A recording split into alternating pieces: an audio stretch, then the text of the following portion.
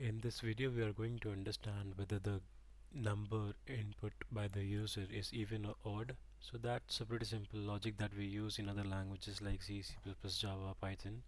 The same thing that we can do in Scratch also. So if I just simply click on the green flag, so it is asking me like to enter a number. Let's say I give 20 and it says that this is an even number. Let's try it one more time, and this time I say 21, and this time it says that this is not an even number, this is basically an odd number. So what is the logic behind this that we are using is this.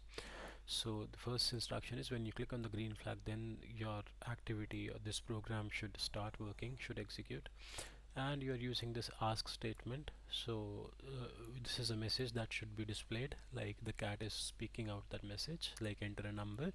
And if I just simply execute this, so this will give me a text box area where I can enter the number, let's say this. And now what happens with that value that I have entered into the text box?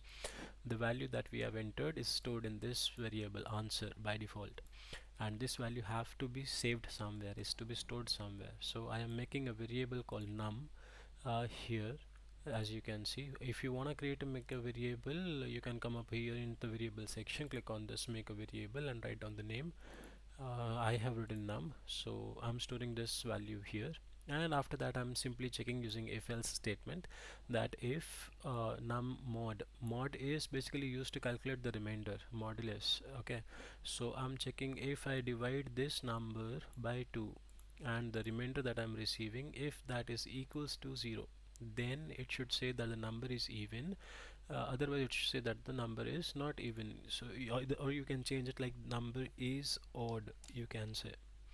So this would make a better so if I simply just execute this ask and join statement we have done earlier, like here I'm using this join. So it's basically like I am joining two statements together, like this is the message, then this is a number, then this is again a message. So for that purpose we have to use the join instruction. So it's pretty simple. Run it one more time. It says a number, let's say 1, so it says this is odd number, and let's say 4, so this says it is an even number.